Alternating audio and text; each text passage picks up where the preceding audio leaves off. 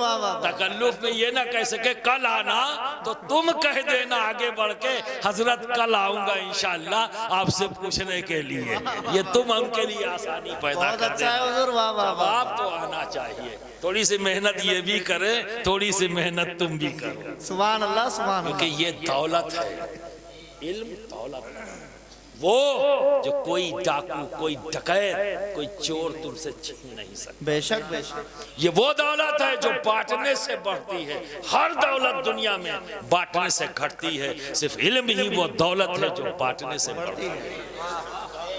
ٹھیک ہے، یہ نعمت ہے رب، اور جب تک علم نہیں ہوگا صحیح طریقے سے تم اپنے نبی سے محبت بھی نہیں کر پاؤ گے، نبی کی پسند کو بھی نہیں جان پاؤ گے۔ تو اس لیے اپنے علماء کو صرف چندہ دینے کے لیے نہیں، ان سے علم حاصل کرنے کے لیے رابطہ رکھو۔ آپ سمجھ رہے ہیں نا، ان سے اس پر مجھے ان سے حاصل کرنا ہے،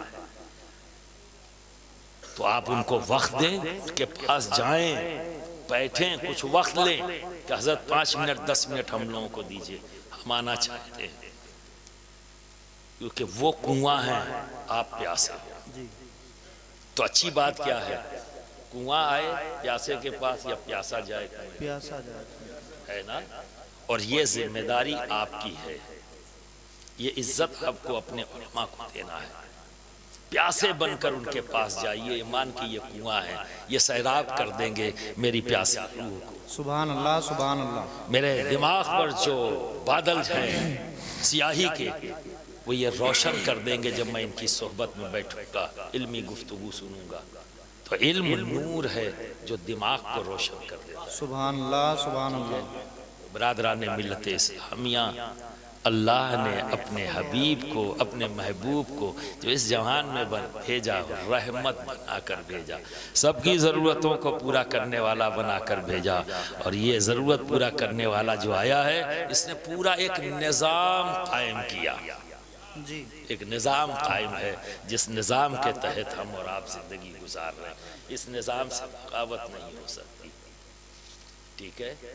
تو برادران ملت اسلامیہ، جیسا کہ میں نے کہا کہ روئے زمین کے تمام اولیاء کرام جو آئے، کس لیے آئے؟ اصلاح کرنے کے لیے، بے شک۔ فیضان نبوت اور فیضان رسالت بانٹنے کے لیے۔ کس کس طرح سے بانٹا ہے؟ جس مخدوم کی غلامی کا پٹا میری گردن میں ہے اور فخر ہے، بے شک۔ جس کے پھینکے ہوئے ٹکڑوں پر میں ہی نہیں میرا خاندان پلتا ہے اور فخر ہے، ٹھیک ہے؟ تو آپ نے دنیا کا 3 بار چکر لگایا ہے، سبحان اللہ سبحان اللہ۔ اور عالم ایسے کہ کوئی ایک زبان کوئی 2 زبان میں ماہر ہوتا ہے۔ مخدوم پاک کا علم کا عالم یہ ہے کہ جس مقام پر 10 سال 3 بار، اور ایک روایت میں 32 سال ہے، 10 بار 10 سال 10 سال 2 بار اور 12 سال 1 بار، اور یہ 12 سال میں 3 بزرگ ساتھ میں تھے۔ ان میں ایک بزرگ وہ ہے جن کا بھی عرس چل رہا ہے، حضرت سید بدیع الدین زندہ مدار، جن کے تعلق سے میرا مخدوم فرماتا ہے کہ میں نے علم کیمیا، ہیمیا، ریمیا، سیمیا میں یکتا پایا۔ حضرت مدار اعظم۔ اب آپ اندازہ کس کے بارے میں کہہ رہے ہیں؟ حضرت مدار پاک کے بارے میں۔ تو وہی تو کہے گا جو اس علم کو جانتا ہو، جی واہ واہ واہ۔ اب خود جانتا ہو تبھی تو کہے گا یکتا پایا۔ تو آپ کے پاس وہ علم تھا جس میں مخدوم پاک تسلیم کر رہے ہیں کہ میں نے یکتا پایا، اللہ اکبر سبحان اللہ۔ 12 سال تک ساتھ رہے، ٹھیک ہے؟ جب جدا ہوئے تو حضرت مدار پاک، ایک روایت یہ بھی ملتی ہے کہ مدار پاک سے مخدوم پاک نے فرمایا کہ آپ ہند کو اپنا مسکن بنائیں، اللہ اکبر۔ چونکہ آپ بھی ہمیشہ سفر میں رہا کرتے تھے۔ بے شک۔ اور دیکھو ایک مدار پاک کا عرس ہے تو ان کے بھی تعلق سے تھوڑی سی بات کر لوں۔ کچھ لوگ آبجیکشن کرتے ہیں کہ بال اور لمبا وہاں پہ ہے، جی اس کی بھی تھوڑی سی وضاحت کر دیں۔ جب اس دور میں آپ آئے ہیں اور کام کر رہے تھے تو سرکار غریب نواز سے پہلے آ چکے تھے آپ، اس پورے ہندوستان میں ایک دورہ کر چکے ہیں وہ، کیونکہ اللہ نے عمر بہت عطا کی تھی آپ کو۔ تو جب یہاں آئے تو انہوں نے دیکھا کہ بڑے لمبے لمبے بال ہیں اور پہاڑوں میں گفا میں بیٹھتے ہیں، تو عوام ان کی طرف کھینچتی ہے بہت، ٹھیک ہے۔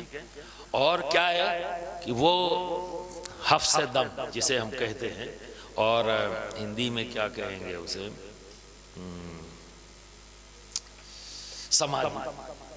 سمادھی لے لینا، یعنی سانس کھینچ لیا اس کے بعد بیٹھ گئے، اب سانس باہر ہی نہیں نکال رہے، تو 1 دن 2 دن 3 دن کے بعد سانس باہر، تو اسے کیا کہتے ہیں، سمادھی لے لی، ٹھیک ہے۔ مدار پاک نے دیکھا اچھا 3 دن کہنے لو، پھر جب سانس کھینچی تو 6 مہینے کے بعد سانس باہر، آپ سمجھیں۔ تو انہیں دین پہنچانا تھا، نبی کی تعلیمات کو پہنچانا تھا جن جن تک، کسی مخصوص طبقے کے لیے نہیں، کیونکہ اسلام وہ مذہب ہے جو سب کے لیے ہے، آپ کا کوئی رجسٹریشن نہیں ہوا ہے، یہ سب کے لیے ہے۔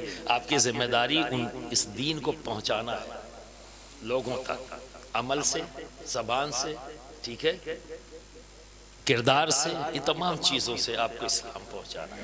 تو جب آپ یہاں آئے تو کچھ ایسا نہیں تھا کہ ایک دم پھیلا ہوا ہو، ایسے ایسے علاقے، پہاڑی علاقے چنے، تو وہاں کا ماحول کیا تھا، گفاؤں میں بیٹھ جانا، حفظ دم کرنا، ٹھیک ہے، بڑے بڑے بال رکھنا، تو انہوں نے ویسے ہی ٹیم تیار کر لی، ٹھیک ہے، کہ دیکھ کے پہلے آویں تو بھائی جب تک آدمی بیٹھے گا نہیں تو سنے گا کب، اور جب سنے گا نہیں تو بدلے گا کب۔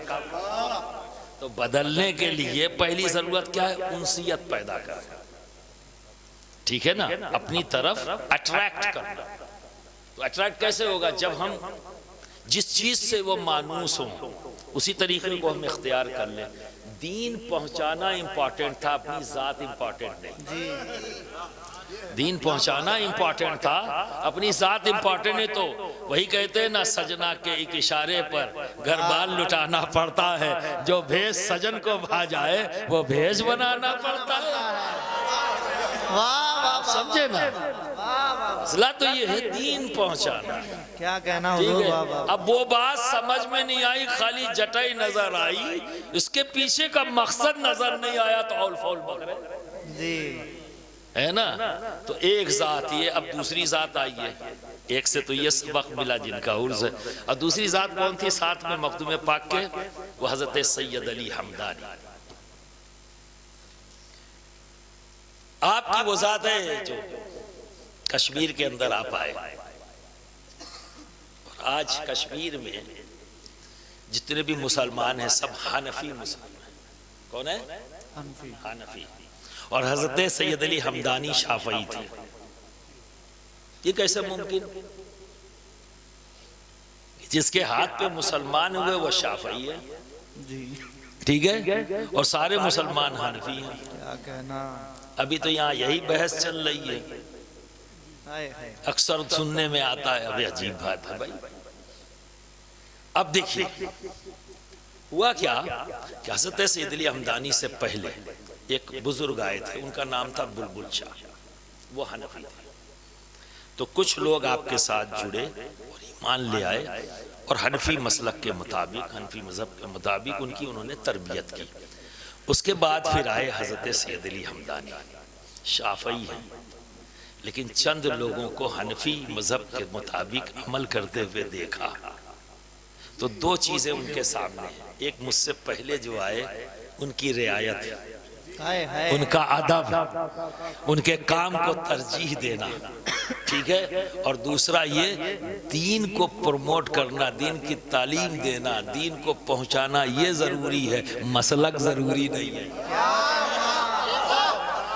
مسلک ضروری نہیں، یہاں جھگڑا نہیں کرنا، جو ہے اسی کو ہی بڑھا دے، سبحان اللہ، سبحان اسی کو ہی بڑھا دے، وہاں اس کا جھگڑا نہیں کیا۔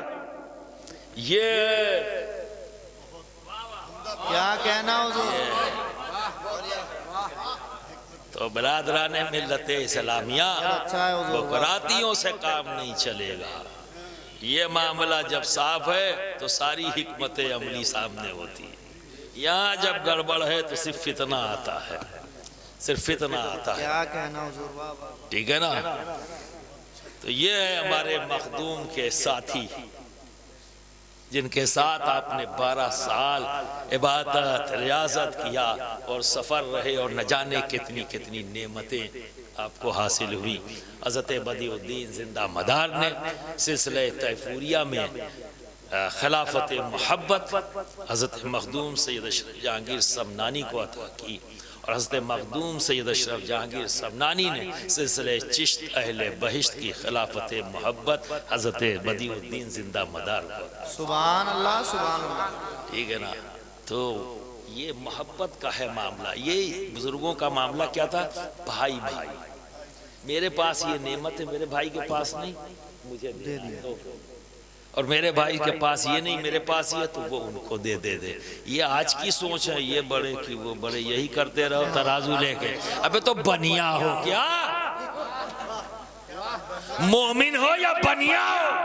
کیا کہنا حضور، ہر وقت ڈنڈی لیے کھڑے ہو، ترازو ادھر ہے کہ ادھر ہے، ادھر کے ادھر۔ ابے تو کہاں کھڑا ہے یہ تو دیکھ، تو کہاں کھڑا ہے یہ تو دیکھ۔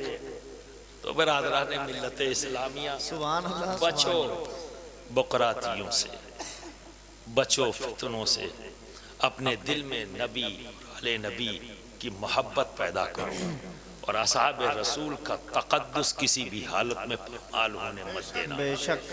کسی بھی حالت میں، ٹھیک ہے؟ اللہ کی بندگی کرو، اس کی عبادت کرو، اور اس کے بندوں کی خدمت کرو۔ یہ جذبہ پیدا کرو، ایک اچھے مومن ہوگے، ایک اچھے مسلمان، پھر تم ہی ہوگے۔ کوئی تم سے نفرت نہیں کر سکتا۔